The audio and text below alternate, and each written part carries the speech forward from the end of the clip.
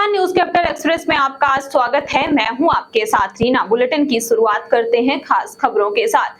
High court के वरिष्ठ अधिवक्ता उस्मानी के यहां एनआईए ने मारी रेड। एक साथ तीनों जगह किया रेड। मीडिया कर्मियों के मोबाइल पुलिस ने छीने। पूरा घंटा घर इलाके को किया सील। सूत्रों के हवाले से बड़ी खबर। बड़ी ओमती स्थित एडवोकेट ए उस्मानी के घर में एनआईए की रेड। घर के कुछ सदस्यों को हिरासत में लेने की खबर। विदेशी फंडिंग से जुड़ा हुआ बताया जा रहा है मामला। मुस्लिम बाहुल्य बड़ी ओमती इलाके में एनआईए की टीम ने सर्च वारंट के साथ छापा मारा। ओमती में एक डॉक्टर सहित शहर के 6 स्थानों में भी छापेमारी की खबर। एडवोकेट ए उस्मानी के घर के पास बड़ी संख्या में पुलिस बल तैनात। पुलिस ने सभी रास्तों को किया सील। दिल्ली से आई अधिकारियों की टीम पर कर रही पूछताछ।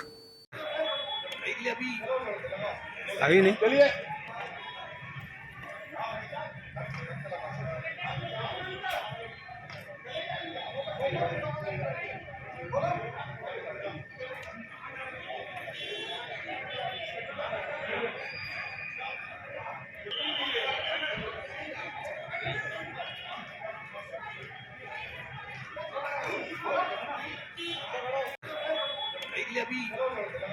अभी नहीं चलिए।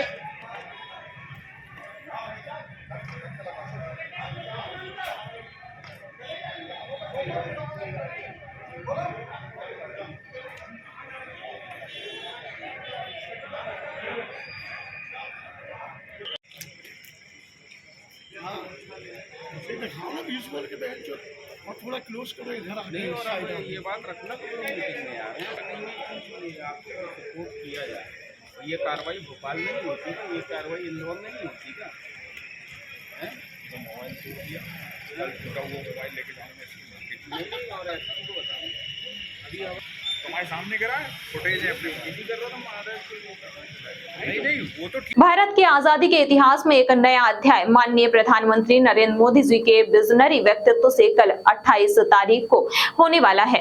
नए भारत का माननीय प्रधानमंत्री के नेतृत्व में कल 28 तारीख को आजादी के अमृत महोत्सव के इस पर्व पर माननीय प्रधानमंत्री जी नए संसद भवन को देश को समर्पित करेंगे। और यह संसद भवन हमारे इतिहास, सांस्कृतिक विरासत, परंपरा और सभ्यता को आधुनिकता से जोड़ने का एक सुंदर और अनुपम उदाहरण नया संसद भवन है। हम संपूर्ण देशवासी माननीय प्रधानमंत्री जी का हृदय से धन्यवाद, अभिनंदन, बधाई देते हैं। 140 करोड़ जनता इस बात को लेकर के उत्साहित है और आनंदित है कि माननीय प्रधानमंत्री के नेतृत्व में रिकॉर्ड समय के अंदर 60,000 श्रमिकों के अथक प्रयास और मेहनत से नए संसद भवन का निर्माण हुआ है और माननीय प्रधानमंत्री जी उन सभी श्रमिकों को सम्मानित करने का काम करेंगे। भारत की आजादी के इतिहास में एक नया अध्याय माननीय प्रधानमंत्री नरेंद्र मोदी जी के विजनरी व्यक्तित्व से कल 28 तारीख को होने वाला है। नए भारत का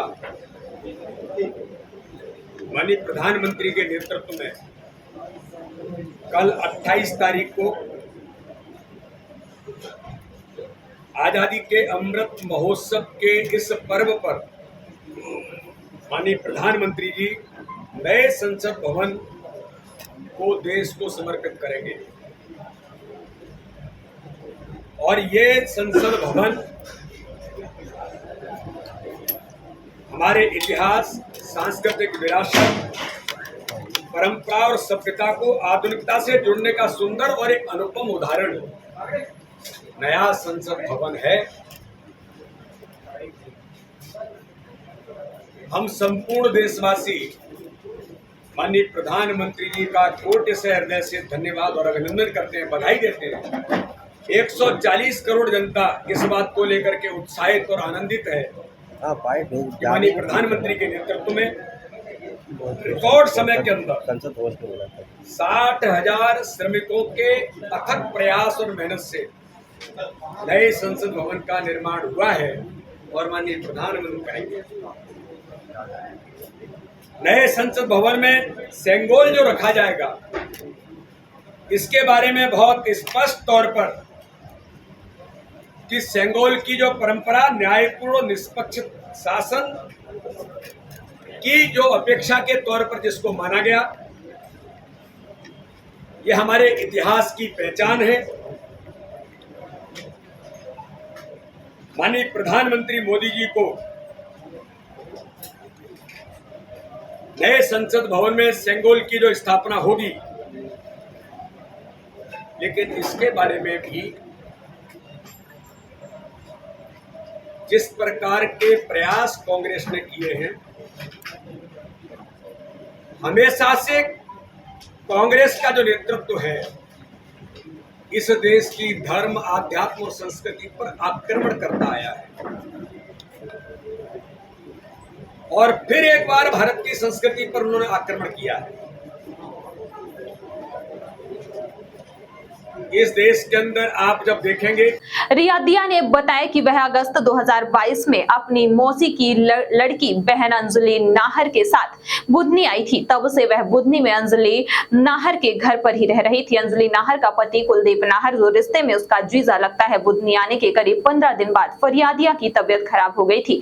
उसे बार बार चक्कर आने लगे। तब जीजा कुलदीप नाहर ने झाड़ फूंक भी करता है। फरियादिया को तालपुरा की दरगाह पर लेकर गया और बोला कि तेरे अंदर भूत पलीत का वास हो गया है, तुझे मेरे साथ संबंध बनाना पड़ेगा। उसी दिन रात में फरियादिया के साथ आरोपी ने जबरदस्ती मुंह दबाकर शारीरिक संबंध बनाए। इसके बाद लगातार भूत एवं जिन्न का डर बताकर तथा जान से मारने की धमकी देकर फरियादिया के साथ आरोपी कुलदीप द्वारा शारीरिक संबंध बनाए गए। फरियादिया की मां के आने पर उसको बताकर रिपोर्ट करने थाना आई है। आपके साथ क्या घटना घटी और किसने घटित करी है, बताएं पूरा मामला। मेरे साथ अंधविश्वास की घटना घटी है और मेरे साथ ये खुद मेरे जियाजी कुलदीप नाहर ने किया है। मुझे बताया गया कि मेरे शरीर में भूत पलित का वास है, मैं भूत पलितों से घूम रही हूँ और मेरे साथ मेरे घर वाले भी इस समस्या से पीड़ित हैं। इसको दूर करने के लिए मुझे उनके साथ संबंध बनाने का बोला था। उन्हें संबंध बनाने के बाद उन्होंने मेरे साथ ज़बरदस्ती की, मेरा मुंह दबाया, मुझे किचन में लेके गए, मेरे साथ ज़बरदस्ती की, वो गंदी हरकतें की जिसे बताने में मुझे शर्म आ रही, और कहा कि इस पीड़ित से मैं पूरे परिवार को छुड़ाऊंगा, पूरे परिवार को बचाऊंगा। मेरे साथ ये घटना पूरे 7-8 महीने हो जा रहे हैं। मेरे ऊपर तो हुआ, लेकिन मेरे साथ मेरी दोनों बहनों के ऊपर भी करने को कर रहा था वो। फिर तुम तेरे साथ तो किया, मेरे को तेरे अब बहन चाहिए, तेरी छोटी बहन चाहिए, मैं तेरी छोटी बहन के ऊपर सोऊंगा, मैं तेरी छोटी बहन को दबोचूंगा। सर, बुधनी में एक बलात्कार का मामला है, क्या मामला है सर पूरा? भोपाल निवासी एक युवती है, 20 वर्षीय युवती, कल दिनांक 26 मई 2023 को थाना बुधनी आई थी। इसके द्वारा बताया कि ये जुलाई 2022 में बुधनी अपनी मौसी की लड़की के यहाँ, मौसी की लड़की अंजलि नाहर के आई थी। उसका पति है कुलदीप नाहर, जो कि लड़की का जीजा लगता है और झाड़ा फूकी भी करता है। बुधनी में रहने के 15 दिन बाद उसको तबीयत बिगड़ने लगी लड़की की, तो ये जीजा जो है वो उसे दरगाह पे लेकर गया था, तालपुरा की दरगाह पे लेकर गया था। तो वहाँ पर उसके द्वारा उससे बताया गया कि उसे भूत प्रेत उसके अंदर आ गए हैं और भूत प्रेत निकालना है, तो उसके साथ संबंध बनाने होंगे, शारीरिक संबंध बनाने होंगे। ये बोल के उसी रात में उसके साथ में बलात्कार किया और इसके बाद से अनेकों बार भूत प्रेत का झांसा देकर उसके साथ रेप किया गया, ऐसा लड़की ने बताया। उक्त रिपोर्ट पर थाने में अपराध पंजीबद्ध किया गया है। तो पीड़िता का मेडिकल परीक्षण कराया गया है। पीड़िता के बयान दर्ज किए गए महिला अधिकारी के द्वारा, और जो आरोपी कुलदीप नाहर उसको भी अभिरक्षा में लिया गया है। नए संसद भवन का उद्घाटन महामहिम राष्ट्रपति से नहीं कराए जाने पर पूर्व सीएम दिग्विजय सिंह जी का बयान। मध्य प्रदेश के पूर्व मुख्यमंत्री व राज्यसभा सांसद दिग्विजय सिंह जी ने भारत के प्रथम प्रधानमंत्री पंडित जवाहरलाल नेहरू की पुण्यतिथि पर खंडवा शहर में उनकी प्रतिमा पर माल्यार्पण कर उन्हें श्रद्धांजलि अर्पित की।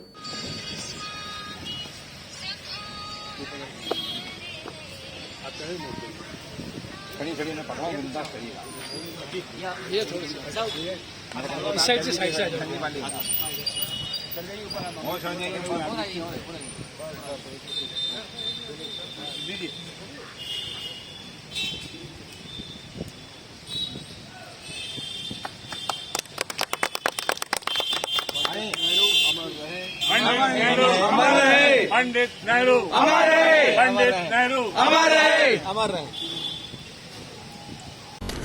हमारे माननीय प्रधानमंत्री जी कल संसद का उद्घाटन करेंगे। संसद के उद्घाटन के अंदर आर्टिकल 79 संसद हमारे संविधान का, उसका उल्लंघन होता है। कोई भी कृत्य सदन में बिना राष्ट्रपति जी की सहमति से नहीं होता है। पार्लियामेंट का उद्घाटन भी उन्हीं के द्वारा होना चाहिए था।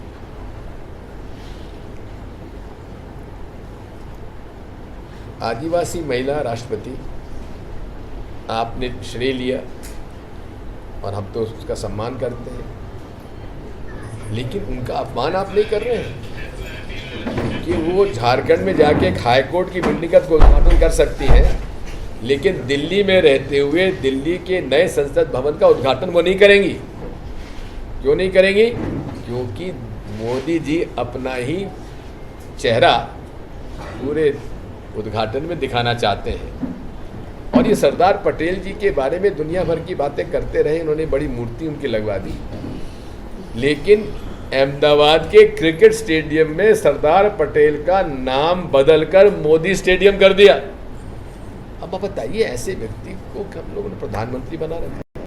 इसी के साथ साथ मैं इतना बता दूं आपको, 1996 में हमने विधानसभा भवन का मध्य प्रदेश में उद्घाटन कराया था। राष्ट्रपति जी डॉक्टर शंकर दयाल शर्मा जी से करवाया था और विपक्ष के नेता विक्रम वर्मा हमारे साथ थे।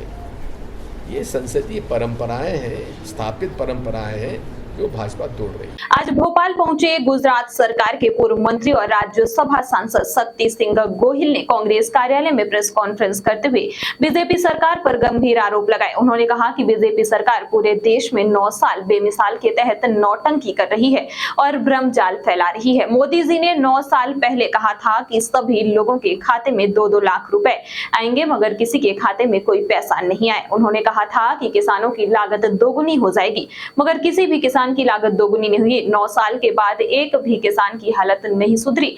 राहुल गांधी के 9 सवाल हैं। हमारी एलपीजी गैस के दाम इंटरनेशनल मार्केट में तय होते हैं, मगर यहाँ मध्य प्रदेश में अब 1108 रुपए का रसोई गैस सिलेंडर हो गया है। हमारी सरकार थी तब कच्चे तेल का भाव $100 में से नीचे ही रहा है।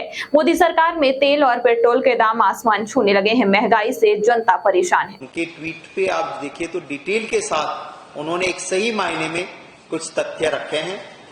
20 पॉलिटिकल पार्टी लाइक माइंडेड्स हैं, सबने मिलके, हम नहीं चाहते कि हम ऐसे प्रोग्राम का बहिष्कार करें, पर ये मजबूर करते हैं कि पार्लियामेंट के अंदर भी पॉलिटिक्स लाते हैं, इसलिए करना पड़ा है। देखिए, पेट्रोल और डीजल जो है, हमारी तो पहले मांग थी कि आप जब सेंट्रल गवर्नमेंट जीएसटी में इसको क्यों नहीं ला रही है? अगर जीएसटी में लाती है तब तो ठीक है। आपको याद होगा यूपीए सरकार में, मेरे पास उसका वीडियो भी है पर ज्यादा वक्त नहीं लेना चाहता, यूपीए सरकार में मनमोहन सिंह जी ने जब इंटरनेशनल मार्केट में $135 पर बैरल प्राइस गई, तो सेंट्रल गवर्नमेंट ने अपने टैक्सेस कम किए कि पेट्रोल डीजल सस्ता मिले। और मनमोहन सिंह जी ने एक रिक्वेस्ट की कि जो भी राज्य है वो भी थोड़ा अपना, उस वक्त वैट था, कि वैट कम करें।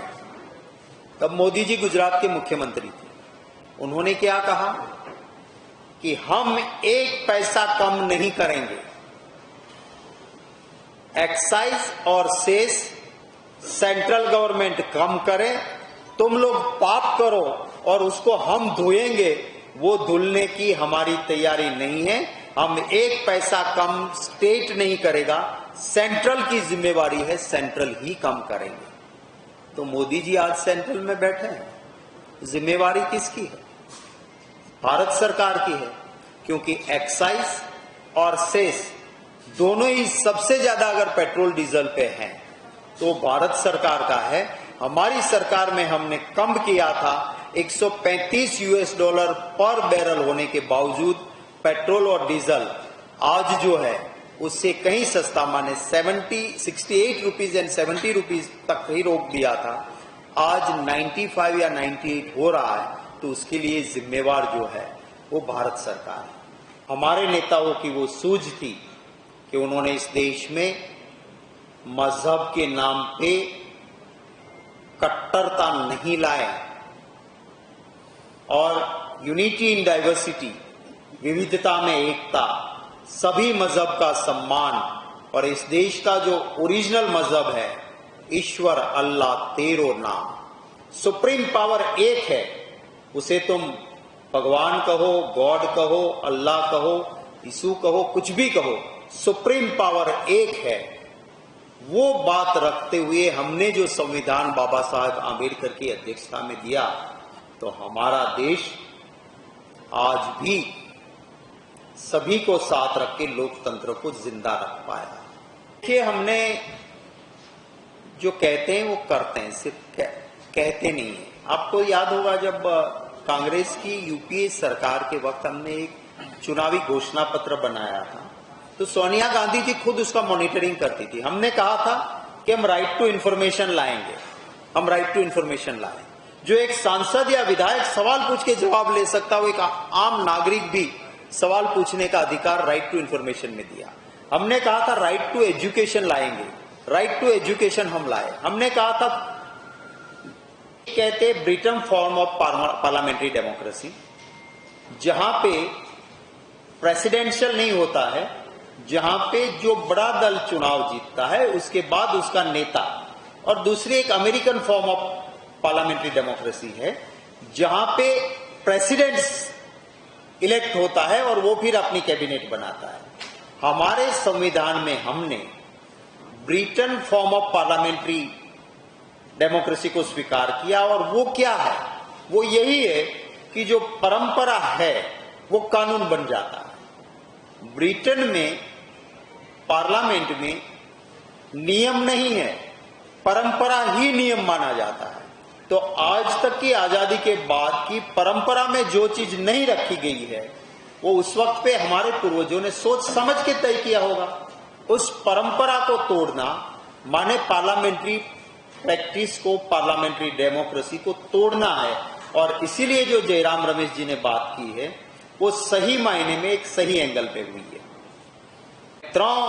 महाभारत का युद्ध 14 दिनों में जीता था, हम कोरोना को 18 दिन में हरा देंगे। क्या मिला? लॉकडाउन, जो जहां है वहां रहे, ना सोच ना समझ, ना लोगों को अपने वतन में जाने दिया। कोरोना में सुप्रीम कोर्ट ने कहा कि इंसानियत दिखाइए, कुछ मुआवजा दीजिए, मुआवजा तक नहीं देना। और वैक्सीन के नाम पे भी गफला, ये चीजें हुई हैं। ये 9 साल का मिसरूल है। आपके कोई सवाल होंगे? संविधान बना, संविधान सभा, उस बिल्डिंग को छोड़ के 27 लाख करोड़ क्यों जरूरत थी? अगर आप इस देश में महात्मा गांधी जी की सादगी का हम सम्मान करते हैं, मैं घुमा हूं यूरोप के देशों में, वहां पुरानी पार्लियामेंट के बिल्डिंग को वो कितना भी खर्च करके रखते हैं, वो कहते हैं कि here there is a positive vibes, यहां एक सकारात्मक ऑरा होता है, यहां उन महान व्यक्तियों के विचार घूमते रहते हैं, तो हम इस बिल्डिंग को छोड़ेंगे नहीं। ये भावना वहां रहती है। पर सिर्फ जनता के पैसे जाए तो जाए, मेरा नाम लगना चाहिए। सरदार वल्लभ भाई पटेल का नाम हटा के जिंदा आदमी कभी अपना नाम नहीं लगाता, पर सरदार वल्लभ भाई पटेल का नाम हटा के अहमदाबाद के क्रिकेट स्टेडियम को नरेंद्र मोदी स्टेडियम बनाया। उसी तरह पार्लियामेंट में सिर्फ मेरी नेम प्लेट लगनी चाहिए। इसलिए जो एक शेड्यूल ट्राइब है, आदिवासी महिला है, देश की सबसे बड़े संवैधानिक ऊंचे पद पे बैठी है, उस महिला के हाथों से नहीं, उनको नहीं बुलाऊंगा, मैं इसका इनॉग्रेशन करूंगा। ये अहंकार है, और जिसकी सोने की नगरी थी, अहंकार उसका भी नहीं टिका है। कर्नाटक की जागृत जनता ने ये उपदेश दिया है। कर्नाटक की जागृत जनता ने बीजेपी को नकारा है, इन्हीं मुद्दों की वजह से, और आखिर का मुद्दा हमारा कोरोना का है। कोरोना में जिस आपको उसका एक ट्वीट दिखाता हूं, आज भी ये ट्वीट जिंदा है, उनके ट्विटर पे है। मैं हमारे मिश्रा जी को ये ट्वीट भी भेज दूंगा, आपको भी वो शेयर करेंगे। इन्होंने लिखा है कि चाइना ने हमारी सरहद में रोड बना लिया है, हमारी सरहद के अंदर चाइना आ गया है और हमारे लोगों को उठा के चाइना ले जाता है।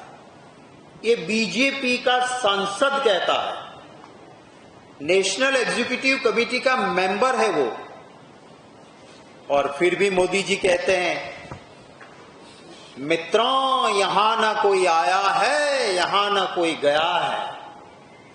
अमित शाह जाके के 1 इंच जमीन नहीं लेने दूंगा। अरे ये तुम्हारा सांसद कह रहा है भैया, इसके ऊपर जवाब तो आप दीजिए। वो कहते हैं लाल सिलेंडर यूज करते हैं, वो गैस हमारे यहां नहीं होता है, हमें इंटरनेशनल मार्केट में से लाना होता है। और मैं चैलेंज के साथ कहता हूं, हमारी यूपीए सरकार रही, ये जो एलपीजी गैस है उसका इंटरनेशनल मार्केट में दाम तय होता है सऊदी अरामको के जरिए, और कांग्रेस की यूपीए 1 और यूपीए 2 के दौरान ये सऊदी अरामको ने एलपीजी के जो दाम रखे थे उससे कई कम दाम, बीजेपी के 9 साल के एवरेज को देखो तो इंटरनेशनल मार्केट में एलपीजी कम हुआ, माने सस्ता हुआ इंटरनेशनल मार्केट में। पर 410 का सिलेंडर भोपाल में, मुझे पता नहीं, दिल्ली में तो 1103 है, तो यहां 1100 के आसपास भोपाल में भी है। हजार कोई भी सच बोलता है तो उसके वहां ईडी जाती है, इनकम टैक्स जाता है, सारी एजेंसियां उसके पीछे लगती है, चाहे वो मीडिया के मालिक हो, चाहे उद्योगपति हो, चाहे कांग्रेस पार्टी या विरोधी दल का कोई नेता या शासक हो या उनका सपोर्टर हो। कर्नाटक के चुनाव के दौरान खड़गे साहब के बेटे जहां से चुनाव लड़ रहे थे, वहां कांग्रेस के छोटे छोटे कार्यकर्ताओं के वहां इनकम टैक्स की रेड करवा दी, कुछ मिला नहीं, और खड़गे साहब के बेटे चुनाव अच्छे से जीत के आए। और वही कर्नाटका में करोड़ों रुपया भाजपा के विधायक के वहां से मिलते हैं, लोकायुक्त रेड करते हैं, करप्शन के पैसे हैं, पर वहां ना ईडी जाती है ना इनकम टैक्स जाता है।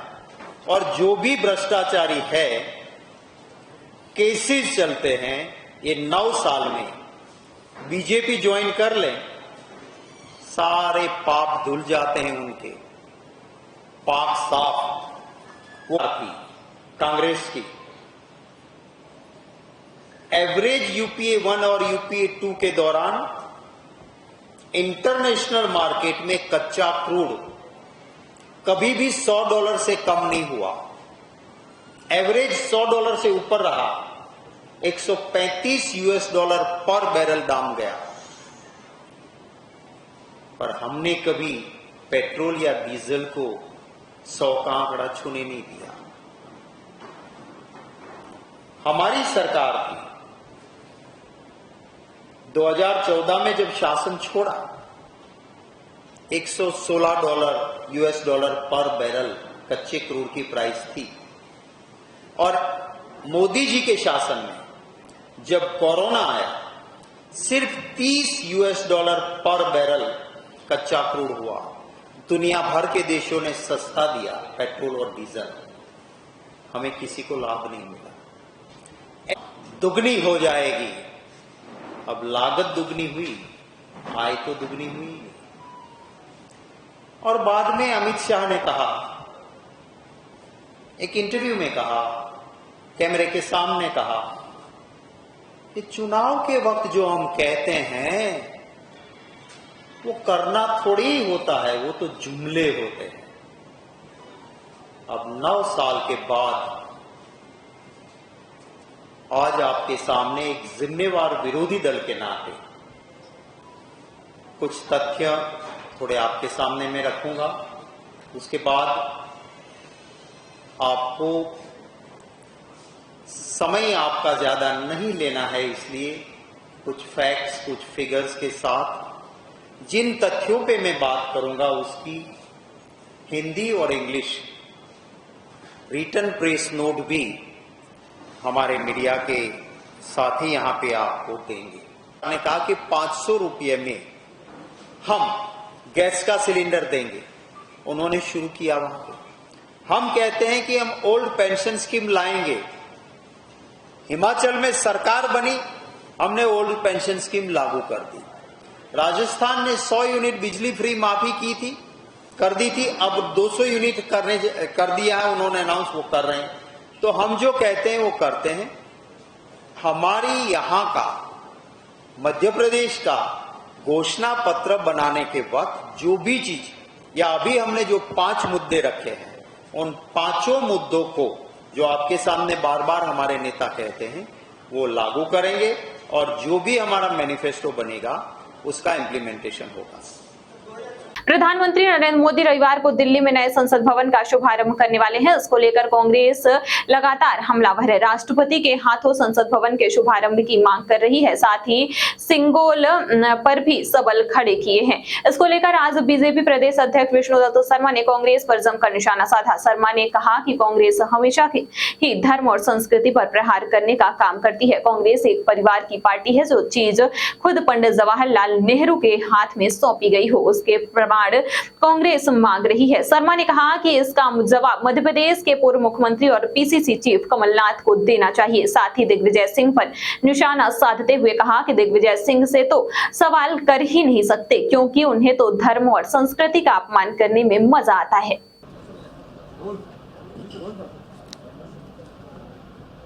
भारत की आजादी के इतिहास में एक नया अध्याय माननीय प्रधानमंत्री नरेंद्र मोदी जी के विजनरी व्यक्तित्व से कल 28 तारीख को जुड़ने वाला है। नए भारत का माननीय प्रधानमंत्री के नेतृत्व में कल 28 तारीख को आज़ादी के अमृत महोत्सव के इस पर्व पर माननीय प्रधानमंत्री जी नए संसद भवन को देश को समर्पित करेंगे और ये संसद भवन हमारे इतिहास, सांस्कृतिक विरासत, परंपरा और सभ्यता को आधुनिकता से जोड़ने का सुंदर और एक अनुपम उदाहरण नया संसद भवन है। हम संपूर्ण देशवासी माननीय प्रधानमंत्री जी का कोटि से हृदय से धन्यवाद और अभिनंदन करते हैं, बधाई देते हैं। 140 करोड़ जनता इस बात को लेकर के उत्साहित और आनंदित है कि माननीय प्रधानमंत्री के नेतृत्व में रिकॉर्ड समय के अंदर 60,000 श्रमिकों के अथक प्रयास और मेहनत से नए संसद भवन का निर्माण हुआ है और माननीय प्रधानमंत्री इस अवसर पर उन सभी श्रमिकों को सम्मानित करने का काम करेंगे। नए संसद भवन में सेंगोल जो रखा जाएगा, इसके बारे में बहुत स्पष्ट तौर पर कि सेंगोल की जो परंपरा न्यायपूर्ण और निष्पक्ष शासन की जो अपेक्षा के तौर पर जिसको माना गया, ये हमारे इतिहास की पहचान है। माननीय प्रधानमंत्री मोदी जी को नए संसद भवन में सेंगोल की जो स्थापना होगी, लेकिन इसके बारे में भी जिस प्रकार के प्रयास कांग्रेस ने किए हैं, हमेशा से कांग्रेस का जो नेतृत्व है इस देश की धर्म, आध्यात्म और संस्कृति पर आक्रमण करता आया है। और फिर एक बार भारत की संस्कृति पर उन्होंने आक्रमण किया है। इस देश के अंदर आप जब देखेंगे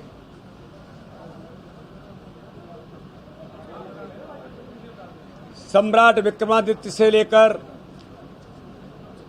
देश के अंदर ऐसे जो 2-3 लोग वो हैं जिन्होंने भारत की संस्कृति, धर्म और आध्यात्म के लिए दुनिया के अंदर अगर कुछ काम किया है, रानी अहिल्याबाई, सम्राट विक्रमादित्य, तो ऐसे लोगों की श्रृंखला में अगर कोई इस देश के अंदर तीसरा चौथा नाम अगर आता है तो भारत के प्रधानमंत्री नरेंद्र मोदी आज इस दुनिया के अंदर, देश के अंदर धर्म, आध्यात्म, संस्कृति की स्थापना के लिए प्रयास करने वाले व्यक्तित्व हैं। देश के अंदर भारतीय परंपराओं और भारत के बढ़ते मान सम्मान से कांग्रेस को इतनी नफरत क्यों है, ये भारत की 140 करोड़ जनता जाएं, यहाँ से ग्वालियर जाएं, यहाँ से इंदौर जाएं, तो कितना समय लगता था और कितना समय लगता है। तो 2003 का मध्य प्रदेश, जब दिग्विजय सिंह जी का चेहरा आता है और 15 महीने का दुरावस्था का दौर जब कमलनाथ जी का चेहरा आता है, जो दिखाई देता है लोगों को, झूठ बोल करके काम नहीं हो सकता। जनता उन्हें चुनती है जो काम करते हैं। भारतीय जनता पार्टी की सरकारों ने इस प्रदेश के अंदर और देश के अंदर काम किया है, तो चुनाव में तो लाभ मिलना ही है। क्यों नहीं मिलेगा? जनता के लिए खड़े हैं, जनता के लिए समर्पित हैं, देश के लिए समर्पित हैं। आज भारत के प्रधानमंत्री मोदी जी के नेतृत्व में जब दुनिया का कोई ताकतवर राष्ट्र का अध्यक्ष ये कहे, प्रधानमंत्री कहे कि बॉस ऑफ द वर्ल्ड कौन है, तो भारत के प्रधानमंत्री मोदी हैं। भारतीय संस्कृति में किसी देश का राष्ट्राध्यक्ष भारत के प्रधानमंत्री से भारतीय संस्कृति में अभिवादन करे, ये सामान्य घटनाएं नहीं है। देश का मान और सम्मान तो गौरव से लबालब है, और विकास और गरीबों का कल्याण और good governance Bharatiya Janata party की सरकार ने दिया है। यही चुनाव का आधार है और इसी पर हम विजयश्री 2023 और 24 में व्यापक बहुमत के साथ हासिल करेंगे। 2 दिन से सेंगोल को फर्जी बता रही है। ये भारत की लोकतांत्रिक आजादी का प्रतीक है, हमारे स्वर्णिम इतिहास का एक विशिष्ट अंग है, मजबूत और समृद्ध राष्ट्र निर्माण के संकल्प का प्रतीक है। कांग्रेस को इस बात के लिए इस देश की जनता से माफी मांगनी चाहिए। देश के एक प्रतिष्ठित मठ ने जब नेहरू जी को ये सौंपा था, कांग्रेस उसको भी फर्जी बता रही है। जयराम रमेश जी ने इसका ट्वीट करके जो वो दावा करते हैं कि इस बात का कोई दस्तावेजी सबूत नहीं है, लेकिन मुझे लगता है कि कांग्रेस भारत की संस्कृति और अध्यात्म पर आक्रमण करने के लिए कुछ भी झूठ परोसने का काम देश के अंदर करती है। देश की जनता देख रही है कि कांग्रेस कैसे देश के हित के ऊपर अपने निजी हितों और स्वार्थों की राजनीति कर रही है। इस परिवारवादी पार्टी, खासकर कांग्रेस और नेहरू परिवार, जो भारत की संस्कृति पर आक्रमण करते हैं, सभी मोर्चों की कुछ बैठकें कल हुई थी, ओबीसी मोर्चे की और महिला मोर्चे की। आज हमारे बाकी जो मोर्चे हैं उनकी आज हमारी बैठकें, सभी प्रमुख पदाधिकारी, अभी पैरेलल बैठकें भी चल रही हैं। 9 वर्ष का अभियान माननीय प्रधानमंत्री जी के नेतृत्व में भारतीय जनता पार्टी की सरकार ने, जो 9 साल 30 तारीख को पूरे होंगे, तो वो जो अभियान इस देश के अंदर, प्रदेश के अंदर भारतीय जनता पार्टी की सरकार एक व्यापक अभियान लिया है। विकास और भारतीय जनता पार्टी आज इस देश के अंदर और मध्य प्रदेश के अंदर गांव-गांव में, कोने-कोने में इस विकास के झंडे को लेकर भारतीय जनता पार्टी का एक कार्यकर्ता, उसमें मोर्चों की महत्वपूर्ण भूमिका है, तो मोर्चे भी आज उसकी तैयारी में जुटे हैं और भारतीय जनता पार्टी का एक कार्यकर्ता इस काम में लगा है। कल महिला मोर्चे ने भी तय किया है कि लाडली बहना से लेकर जो हमारे महिलाओं के क्षेत्र में भी इस मध्य प्रदेश के अंदर हमारी सरकार ने, माननीय मुख्यमंत्री के नेतृत्व में जो काम किया है, उन सारे मुद्दों को लेकर हम जनता के बीच 30 मई से लेकर के 30 जून तक अपने विकास, गुड गवर्नेंस, गरीब कल्याण, इन बातों को जनता के बीच लेकर के जाएंगे। चुनाव में कितना फायदा होगा इस अभियान का? अरे चुनाव है, 5 महीने बाद चुनाव है। अरे चुनाव में फायदा मतलब हम केवल फायदे के लिए काम करते हैं क्या? लेकिन भारतीय जनता पार्टी की सरकार ने गरीब कल्याण से लेकर के, गुड गवर्नेंस से लेकर के जो आज इस देश और प्रदेश के अंदर किया है, इतिहास है, विकास का मॉडल है भारतीय जनता पार्टी की सरकार और नेतृत्व और गांव-गांव के अंदर। अरे आप लोग भी देखते होंगे। मैं चाहता हूं कि सेंगोल के बारे में मध्य प्रदेश के मुख्यमंत्री रहे कांग्रेस के अध्यक्ष श्रीमान कमलनाथ जी, आपका क्या विचार है? मध्य प्रदेश की भी जनता जानना चाहती है कि आप दोहरे चरित्र पर जिस प्रकार की आजकल बातें करने का प्रयास करते हैं, जरा कमलनाथ जी, दिग्विजय सिंह जी के बारे में तो कहने की जरूरत नहीं है। वो तो भारत की संस्कृति पर, धर्म पर, अध्यात्म पर उनका आक्रमण करना जन्मसिद्ध अधिकार है। उनको आनंद आता है जब भारतीय संस्कृति पर, हमारे मूल्यों पर जब आक्रमण होते हैं तो उनका खून बढ़ जाता है। तो उनके बारे में तो कुछ बात करने की जरूरत नहीं है। लेकिन कमलनाथ जी, मैं आपसे पूछना चाहता हूं, आप जिम्मेदार कांग्रेस के अध्यक्ष हैं, सेंगोल के बारे में आपके क्या विचार हैं? ये मध्य प्रदेश की जनता के सामने आपको बताना चाहिए। अर्थव्यवस्था, कृषि और किसान, भ्रष्टाचार, चीन और राष्ट्रीय सुरक्षा, सामाजिक न्याय, लोकतांत्रिक संस्थाएं, जन कल्याण की योजनाएं सहित कोरोना मिसमैनेजमेंट जैसे विषयों को लेकर कांग्रेस पार्टी द्वारा एक पत्रकार वार्ता का आयोजन किया गया। इस पत्रकार वार्ता को पार्टी के सदस्यों ने 9 साल 9 सवाल का नाम दिया है, जिसमें उन्होंने कहा कि प्रधानमंत्री मोदी के कार्यकाल में ऐसा क्यों हो रहा है कि देश में महंगाई और बेरोजगारी आसमान छू रही है। यहाँ अमीर और अमीर होते जा रहे हैं और गरीब दिन ब दिन गरीब होते जा रहा है। उन्होंने प्रधानमंत्री नरेंद्र मोदी से कहा कि सार्वजनिक संपत्तियों को क्यों बेचा जा रहा है, यहाँ आर्थिक विषमताएं क्यों बढ़ रही हैं। इसी तरह कृषि, भ्रष्टाचार, जन कल्याण और लोकतांत्रिक संस्थाएं सहित अन्य मुद्दों को लेकर भी सवाल पूछे गए। पार्टी के सदस्यों ने आगे कहा कि चुनावी फायदे के लिए जानबूझकर बंटवारे की राजनीति को हवा दी जा रही है और समाज में डर का माहौल बनाया जा रहा है। मोदी सरकार के 9 साल पूरे हो रहे हैं। 9 सवाल आप लोग की उनसे पूछे गए। सत्ता पक्ष ऐसा कह रहा है, बीजेपी के बड़े नेता कह रहे हैं कि 9 सवाल जो है ये नए नहीं है और ये सवाल पहले भी पूछे गए। क्या कहें? सही बात है, 2 करोड़ का सवाल नया नहीं है, 2016 से पूछ रहे हैं हम। नोटबंदी से जिस तरह से छोटे और मंझले उद्योग खत्म हुए, ये सवाल भी नया नहीं है। ना ही अर्थव्यवस्था जो धरातल में धंस चुकी है, ये भी सवाल नया नहीं है। सवाल हमने यही खड़ा किया है कि 9 साल में आपने किया क्या है। 9 साल में महिलाओं को आपने जो वायदे किए थे वो पूरे नहीं किए, ना सुरक्षा के उनके और ना महंगाई कम करने। आप देने वाले थे 200 रुपये में सिलेंडर, मिला क्या? नहीं मिला। आप 35 रुपये में पेट्रोल देने वाले थे, मिला क्या? नहीं मिला। आप तुअर दाल की बात की थी, किसानों को उन्होंने आह्वान किया था देश के प्रधानमंत्री ने, तो क्या हुआ उसका? तुअर दाल तो बना दी किसान ने, लेकिन आपने इंपोर्ट करके उसके दाम गिरा दिए। आपने 2017 में कहा था 5 साल में किसान की आय दुगनी हो जाएगी। किसान की आय दुगनी होना तो दूर, लेकिन किसान के साथ 50% ज़्यादा देने के नाम पर धोखा हुआ और आज आय दुगनी हुई नहीं हुई। फिर आप 6,000 क्यों देते हो? तो आपने जो बात कही है उस बात पे आप ना तो खरे उतरे हो और ना ही आपने कभी ये एक्सेप्ट किया कि हमारे हाथ से ये गलतियां हुई हैं। तो गलतियों का अंबार 9 साल का सही में ऐसा हुआ है। आज अगर CMI जैसी संस्था कहती है कि 45 करोड़ लोगों ने हमें रोज़गार मिलेगा, इसकी अपेक्षा छोड़ दी है, और दूसरे तरफ मनरेगा का बजट आप दिन ब दिन कम करोगे।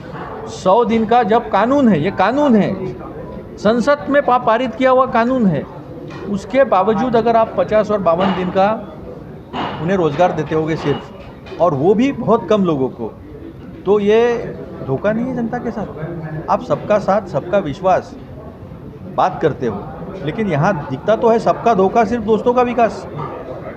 गरीब, महिला, युवा, बेरोजगार, इनके साथ तो कुठाराघात हुआ है, विश्वासघात हुआ है। तो ये सवाल पुराने नहीं है, लेकिन सवाल आपके माध्यम से जनता के सामने फिर से रखना है कि ये क्या हो रहा है। इसके विपरीत हमने तो वायदा नहीं किया था 500 रुपये में सिलेंडर देंगे, लेकिन राहत दिलाने के लिए 500 रुपये का सिलेंडर हम देंगे। आज हमारे नेता कमलनाथ जी ने, मध्य प्रदेश की बात हम कर ले तो ये कहा है कि 1500 रुपये गृहलक्ष्मी को देंगे और जो 1200 रुपये का सिलेंडर है वो 500 रुपये में मिल देंगे। तो 2200 रुपये मेरी बहन, माता, काकी, मासी के हाथ में आने वाले हैं, जिससे 1 महीने का किराना आता है, जिससे ट्यूशन फी भी हो सकती है छोटे शहर में।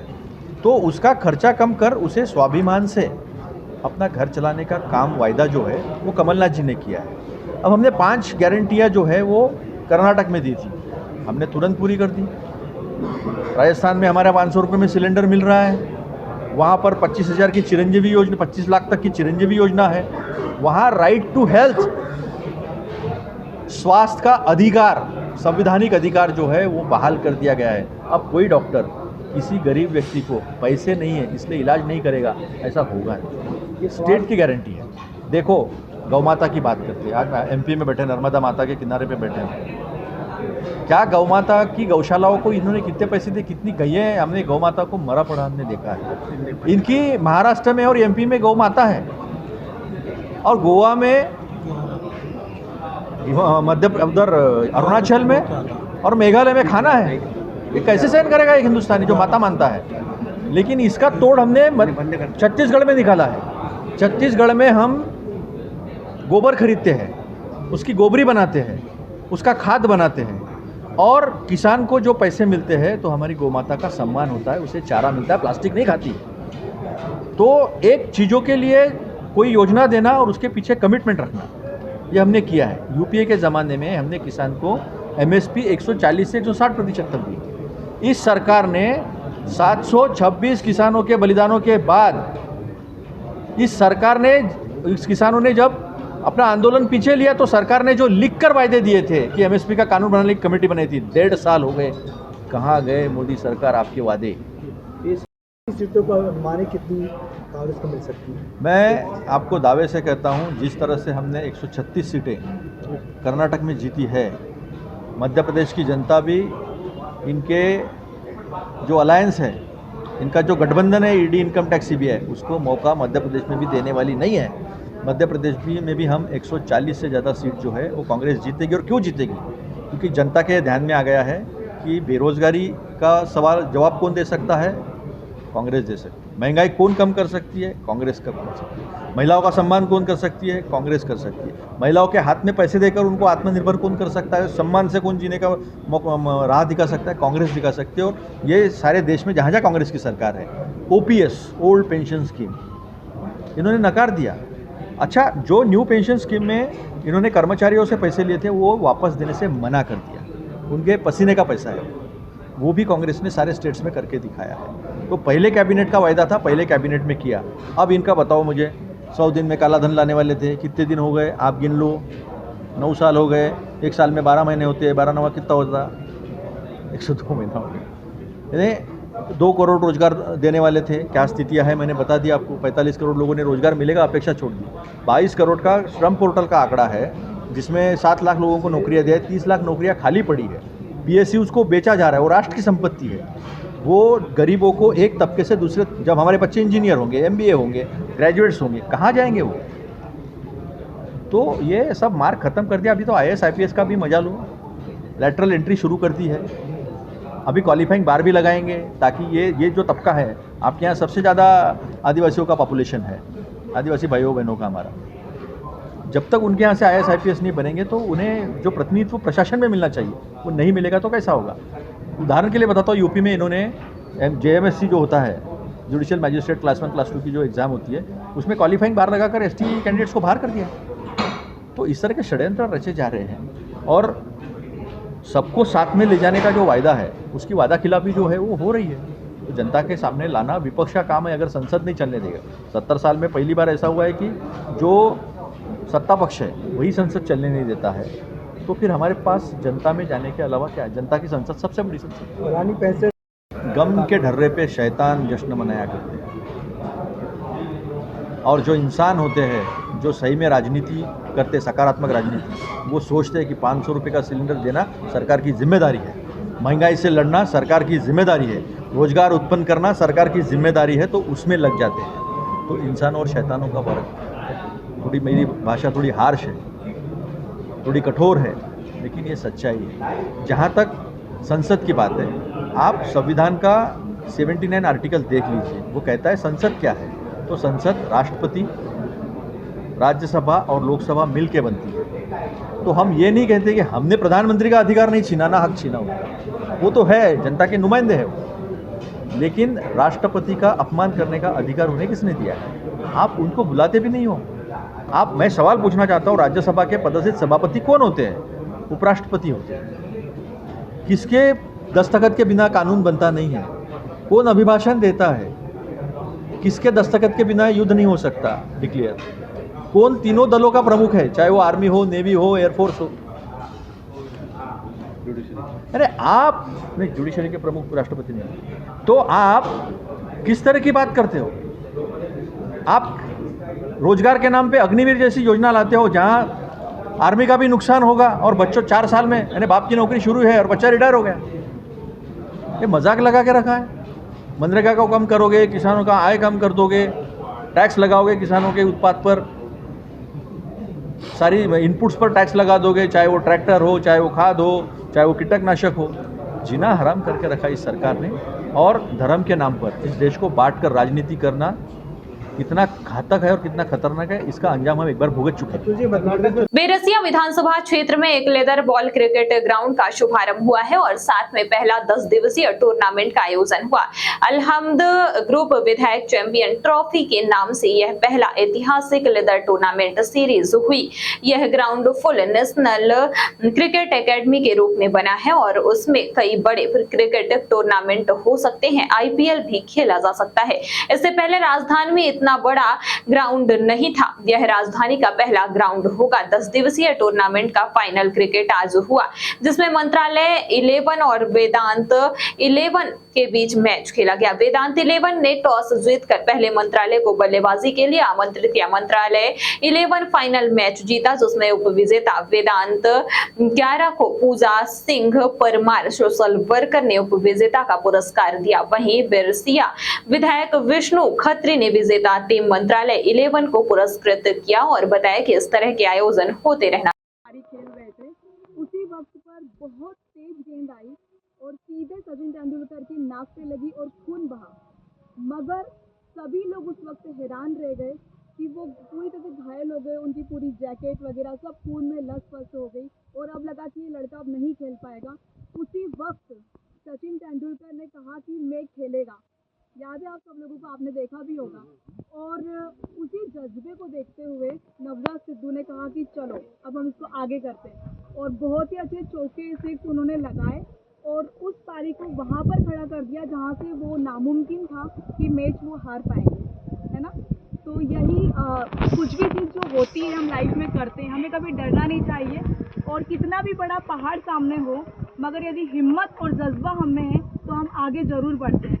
तो इसी के साथ मैं ज़्यादा नहीं बोलूँगी, मगर आप लोग बहुत अच्छा यहाँ पे खेल रहे हैं और मैं यहाँ पे आप लोगों को प्रोत्साहित करने के लिए आई हूँ। और साल दर साल जब भी ये मैच होगा मैं आप लोगों के पास यहाँ पर आऊँगी आपको प्रोत्साहित करने के लिए, और जो भी मुझसे बन सकेगा मैं आप लोगों के लिए करूँगी। ठीक है, धन्यवाद।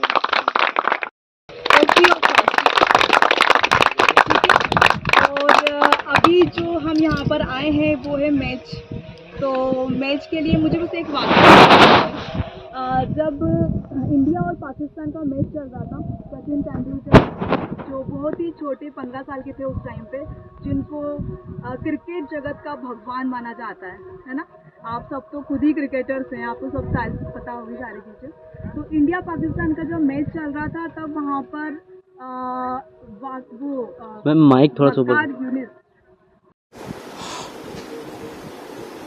कुराना ग्राम में आयोजित टूर्नामेंट का समापन हुआ है और इसमें जो विजयी टीम रही वह हमारी मंत्रालय 11 ने जो है ये प्रथम पुरस्कार जीता है। द्वितीय पुरस्कार के अंदर वेदांत 11 ने इसको जीता है।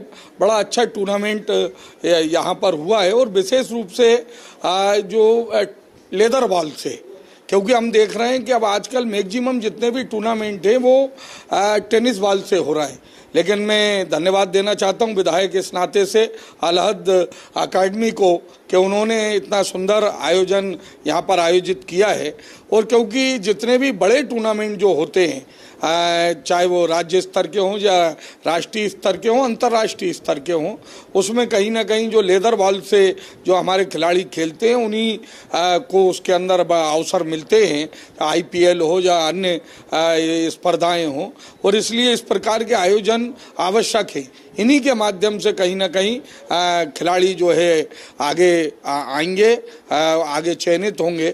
मैं ढेर सारी जो विजेता टीम है उसको शुभकामनाएं देता हूं। आयोजक गणों को हृदय से धन्यवाद देता हूं। बड़ा सुंदर आयोजन उन्होंने आयोजित किया। 31,000 रुपये प्रथम पुरस्कार था और द्वितीय पुरस्कार के रूप में भी जो है ट्रॉफी और राशि का रखी गई थी। अब तक की खबरों में बस इतना ही। ताजा तरीन खबरों के लिए बने रहे न्यूज कैपिटल एक्सप्रेस के साथ। नमस्कार।